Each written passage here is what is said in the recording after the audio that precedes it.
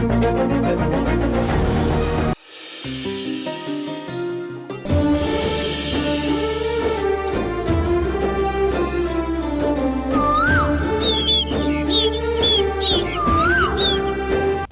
లేకపోతే నేను బ్రతకలేను కళ్యాణ్. చాలు ఇంకాపు. నువ్వు పూర్తిగా తెలివి లేకుండా పిచ్చిదానిలా ఏదేదో మాట్లాడుతున్నావు కార్తిక. నీ మీద నాకిప్పుడు అలాంటి అభిప్రాయం అస్సలు లేదు. లేనిపోని ఆశలు పెట్టుకోకుండా నువ్వు అనవసరంగా నీ లైఫ్ని స్పాయిల్ చేసుకోకు.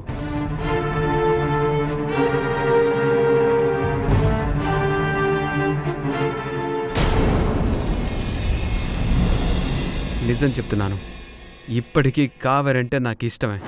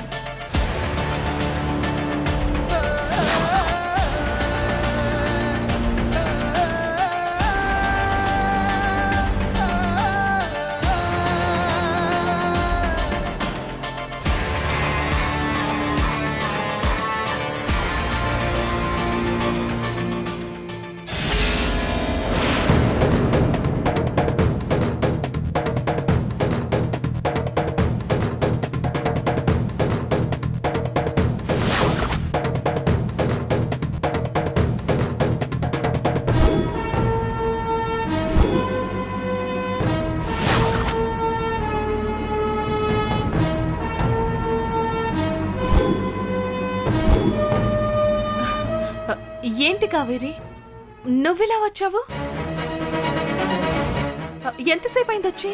నువ్వు కళ్యాణ్కి లవ్ ప్రపోజ్ చేసినప్పుడే వచ్చాను.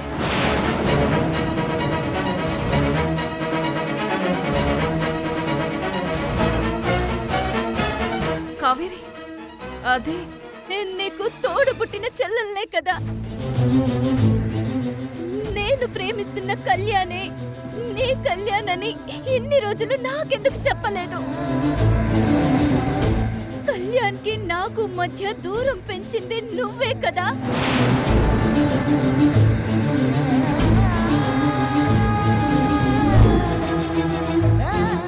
ఓకే రక్తం పంచుకొని పుట్టాం కదా, నాకెలా ద్రోహం చెయ్యాలనిపించింది నీకు?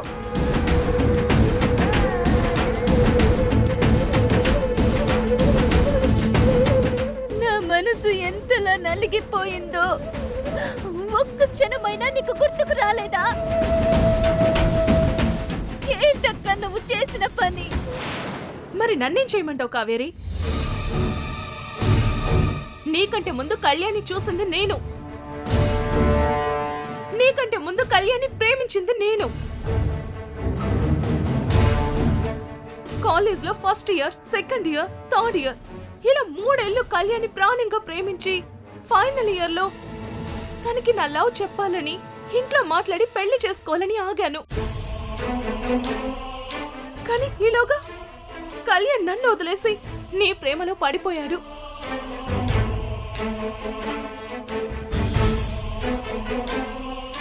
నువ్వు కూడా కళ్యాణ్ ప్రేమలో పడిపోయావు. అప్పుడు నాకేం చేయాలో తోచలేదు, పిచ్చిదాన్నైపోయాను, డిప్రెషన్ కి వెళ్ళిపోయాను. ఎన్ని మాటలు అంటున్నావే, ఒక్క మాట నాకు ముందే చెప్పాల్సింది కదక్క. చెప్పాలని అనుకున్నా, కానీ అప్పటికే ఆలస్యం అయిపోయింది. మీరిద్దరూ డీప్ గా ఇన్వాల్వ్ అయిపోయి లవ్ లో ఉన్నారు.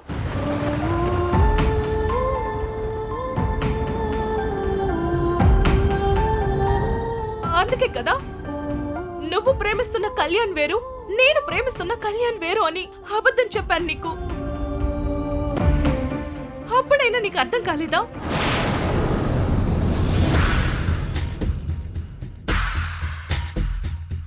కానీ ఇప్పుడు చెప్తున్నాను కావేరి, కళ్యాణ్ కనుక నాకు దక్కకపోతే నేను ఖచ్చితంగా చచ్చిపోతాను.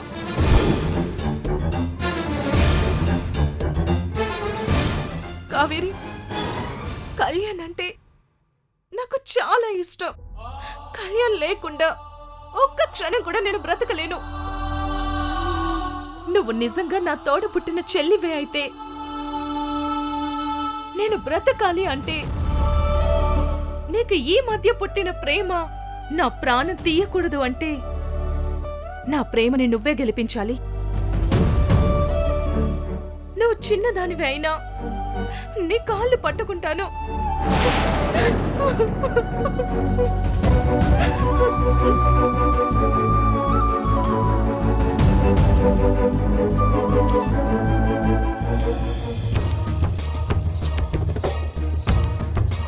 కళ్యాణ్ నాకు దక్కలేదు అంటే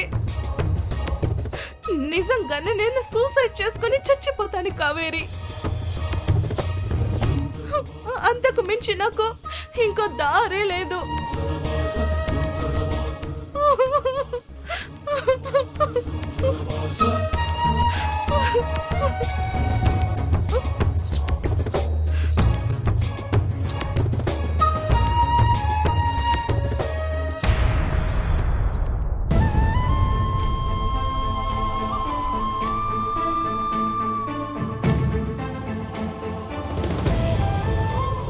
అక్క, నాకంటే ముందు నువ్వే పుట్టావు కదా.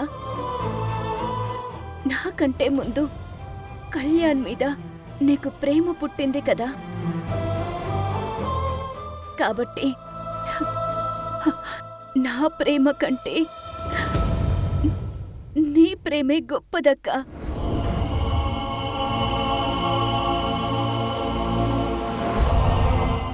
అక్క, నేను నీకు మాటిస్తున్నాను, నీ ప్రేమని నేను గెలిపిస్తాను.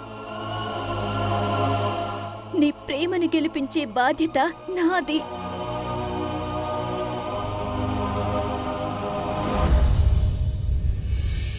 ఇన్ని రోజులు మా మధ్య దూరం నువ్వు పెంచాలని చాలా ట్రై చేశావు, కానీ అది జరగలేదు. ఇప్పుడు నేను ట్రై చేస్తానక్క. మీ ఇద్దరి మధ్యనున్న దూరాన్ని తొందరలోనే దగ్గర చేస్తాను. నిజంగానే కావేరి? అవునక్క. అలా అయితే అలా అని నాకు ప్రామిస్ చేయి.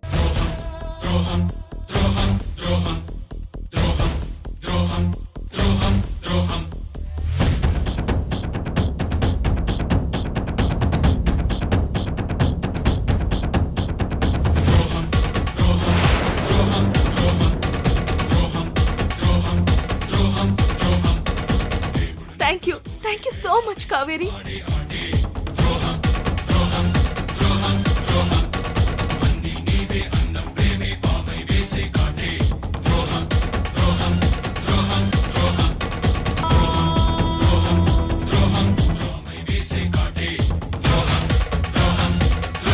మనిషి మనిషి ఆసే ఎందుకురా, మనసు మమతే బందీ ఖానారా, జగమంతా నాటకమే.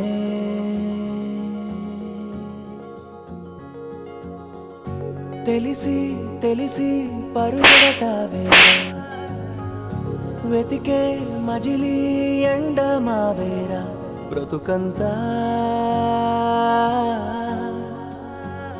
బూటకమే.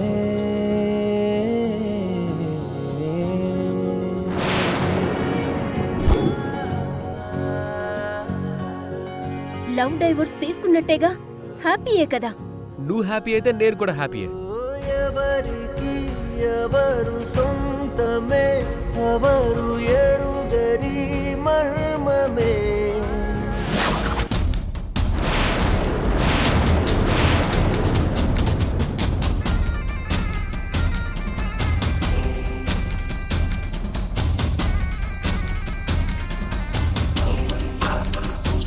పిచ్చిదానా, వాడి మీద నాకేదో చచ్చేంత ప్రేముండో లేదా వాడేదో పెద్ద హీరో అయ్యో నేను వాడి వెంట పడ్డం లేదు. నేను బానిసైన నా అలవాటు, నా వింత వ్యసనం ఎప్పటికీ పోదు. అందులో నాకొచ్చే కిక్కు ఎంతో ఉంది. అలాంటిది రేపొద్దున ఏదైనా తేడా జరిగితే, నేను చట్టానికి దొరికిపోయే పరిస్థితి వస్తే నన్ను కాపాడడానికి, నా లైఫ్ని సేవ్ చేయడానికి, సెక్యూరిటీగా ఉండడానికి ఈ కళ్యాణ్ని వాడుకుంటున్నాను. నా లవ్ డ్రామా అంతా కేవలం నా సేఫ్టీ కోసమే. అది తెలియక నా ప్లాన్లో పడి నీ ప్రేమని నువ్వే త్యాగం చేస్తున్నావు. పాపం.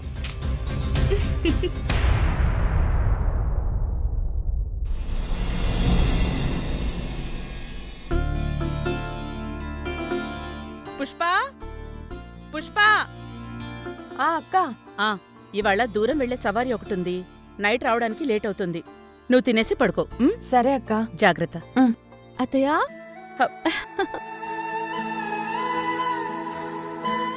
ప్రియా, ఫోన్ కూడా చేయకుండా వచ్చి సర్ప్రైజ్ చేసావేంటి? సర్ప్రైజ్ చేద్దామని వచ్చాను. అయ్యో, అత్తయ్య, ఆ రోజు నువ్వు మాట్లాడకపోయి ఉంటే ఈరోజు విషయం కోర్టు వరకు వెళ్ళుండేది. సఖ్యత సరిగ్గా లేని భార్యాభర్తల్లా మమ్మల్ని పరిగణించి నాకు కృష్ణకి విడాకులు ఇచ్చేంత పరిస్థితి వచ్చేది. కానీ అలా జరగకుండా ఇప్పుడు నా జీవితం నిలబడిందంటే దానికి కారణం నువ్వే కదా. ప్రియా, అందుకే ఆ రోజు నీకు థ్యాంక్స్ చెప్పినా నా మనసుకి సరిపోలేదు. కాసేపైనా మా అత్తయ్య దగ్గర సరదాగా గడపాలని, సంతోషంగా ఉండాలని, మా అత్తయ్య చేతి వంట తృప్తిగా తినాలని, మా అత్తయ్య ఒళ్ళో తలపెట్టి పడుకోవాలని మా అత్తయ్య దగ్గరికి పరిగెత్తుకుంటూ వచ్చేశాను. అంతకంటే మహాభాగ్యం ఏముంటుంది? నా మేనకోడలంతా ఆశగా వస్తే నేనెందుకు కాదంటాను? అయ్యో, ఒక్క నిమిషం. Hello Ranamma. Hello Rajanna, Pochampalli circle దగ్గర గోవర్ధన్ ఉన్నాడు కదా, అతనికి నా ఆటోని సవారీగా తీసుకెళ్ళాలి. నాకు అర్జెంట్ పనుంది. నాకు కుదరడం లేదు. నువ్వు వెళ్ళు రాజన్న. అలాగే రాణమ్మ. సరే సరే, మంచిది. ఇంకేంటి ప్రియా? అన్నట్టు కృష్ణకి చెప్పే వచ్చావా? మీ దగ్గరకని చెప్పలేదు, కానీ బయటకు వెళ్ళొస్తానని మాత్రం చెప్పాను. అత్తయ్య, నువ్వు ఆ ఇంట్లో ఉన్నప్పుడు ప్రతి క్షణం నిన్ను చూస్తూ నీ ప్రేమ ఆప్యాయతలు పొందుతూ ఉంటే నా మనసంతా ఎంతో ఆనందంతో నిండిపోయేది. కానీ నువ్వు ఆ ఇంట్లో నుంచి వచ్చేశాక ఇల్లంతా బోసిపోయినట్టు అయిపోయింది. అందుకే ఈరోజు నీతో ఉండాలని ఆరాటంతో వచ్చేసాను. అయితే ఇంకేంటి పుష్ప, అక్క, ఈ రోజు మన ఇంట్లో ధూమ్ధామే. ప్రియకిష్టమైన వంకాయ కర్రీ, పప్పు, చిల్లీ చికెన్ అన్ని చేయాలి. ఓకేనా? అలాగే అక్క. సరే, ఇదిగో పద, వెళ్దాం. రా ప్రియా, రా.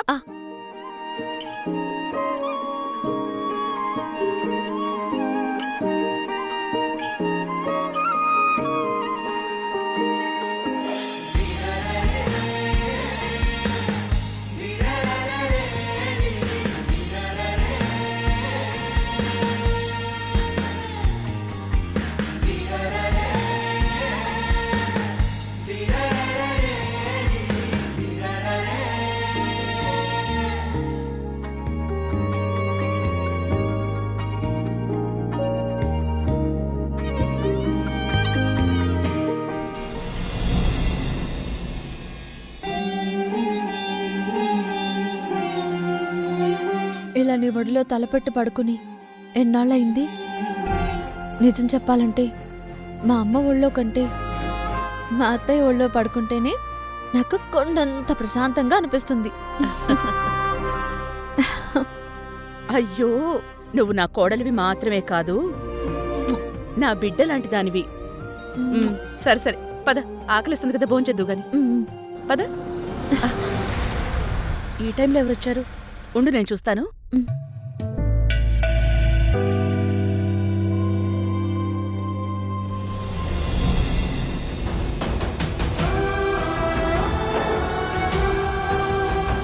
అయ్యో,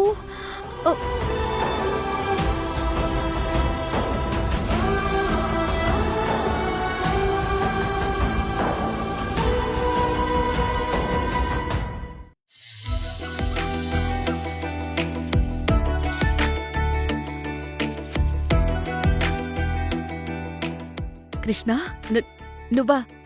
లోపలికి రా. నేనేం ఇంట్లోకి రావడానికి రాలేదు. మరేంటి ఇలా వచ్చావు? ప్రియ కోసం వచ్చాను.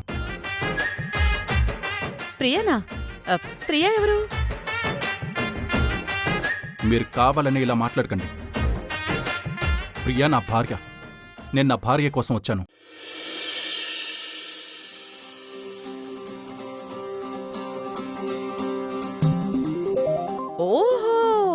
నీ భార్య కోసం వచ్చావా? సరే, పిలుస్తానుండు. ప్రియా, నీకోసం నీ భర్తొచ్చాడు. లోపలికి రాడంట, నువ్వే ఇలా రా. అలాగే అత్తయ్య.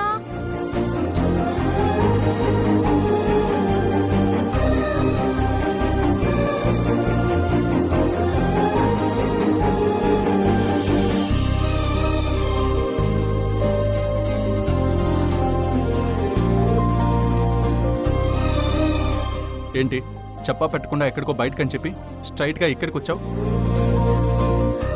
ఎంతసేపని వెయిట్ చేయాలి?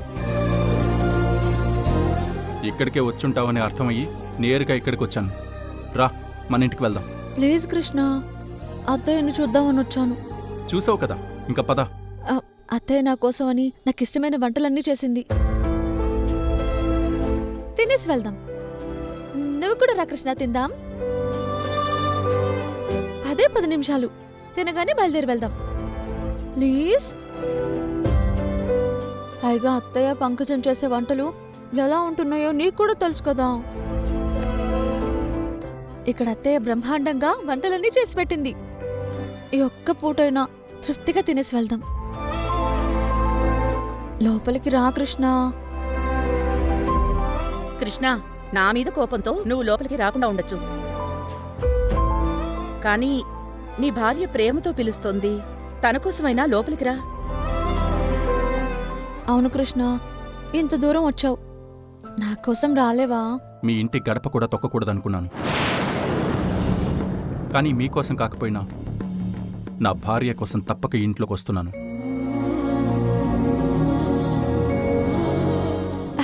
రా కృష్ణ, రా రా రా రా. రా.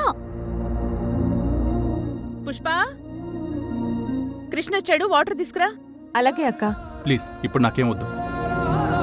ప్రియా, ఒక్క మాట కూడా చెప్పకుండా నేరుగా ఇక్కడికి వచ్చేసావు. ఈ విషయం మా అమ్మకి తెలిస్తే ఎంత ఫైర్ అవుతుందో తెలుసా? అందుకే కదా చెప్పకుండా వచ్చాను. అమ్మకే కాదు, నువ్విక్కడికి వచ్చినందుకు నాకు కూడా కోపంగానే ఉంది. అన్నట్టు కృష్ణ, ఇప్పుడు నువ్విలా ప్రియని వెతుక్కుంటూ రావడం నీ రెస్పాన్సిబిలిటీనా, లేదంటే ప్రియ మీదున్న ప్రేమ? తను నా వైఫ్, నన్ను నమ్మి ఆ ఇంట్లో ఉంటుంది. తన విషయంలో నాకు రెస్పాన్సిబిలిటీ ఉంది. మరి ప్రేమ? అది మీకెందుకు?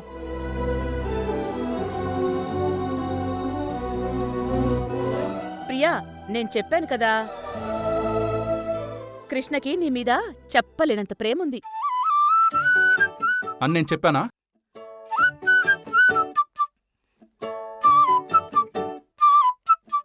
ప్రేమ లేకపోతే లేదు అనాలి. నువ్వలా అనకుండా మీకెందుకు అని అన్నావంటే అందులోనే ప్రేముంది. సరే రా కృష్ణ, భోంచేద్దాం. భోజనమా? హ, నేను ఈ ఇంట్లో పచ్చి మంచినీళ్ళు కూడా తాగను, అలాంటిది భోంచేయమంటున్నావా? కృష్ణ, అత్తయ్య చేతి వంట ఎంత బాగుంటుందో నీకు తెలుసు. ఇప్పుడు గాని మిస్ అయ్యావా, మళ్ళీ ఎప్పుడు తినే ఛాన్స్ వస్తుందో తెలీదు. రా కృష్ణ, కలిసి తిందాం.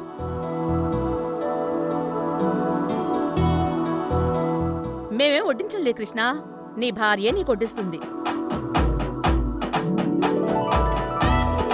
మీరిద్దరూ కలిసి కూర్చుని భోంచేయండి. వెళ్ళు.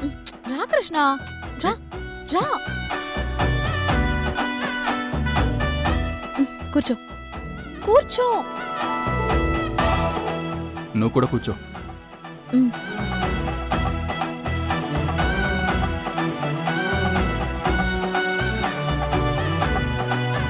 చిల్లీ చికెన్ తిను కృష్ణ.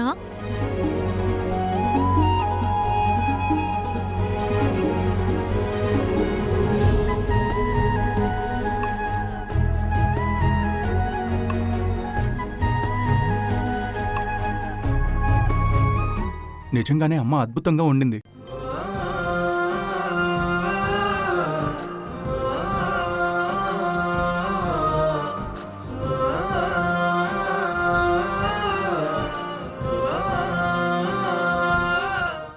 నేను 9 నెలలు నేను కడుపున మోయకపోయి ఉండొచ్చు. కానీ నువ్వెప్పటికీ నా పెద్ద కొడుకువే కృష్ణ. చాలు, ఈ సెంటిమెంట్లు చాలు. ఇప్పుడు మీరు ఎంత ప్రేమ చూపించినా నా మనసు కరగదు. ఇప్పుడు నాకు అమ్మ అంటే మా అమ్మ చిత్రవతే. మీరు మరీ ఎక్కువ ప్రేమ చూపించి నన్ను ఈ సెంటిమెంట్స్లోకి లాక్కండి.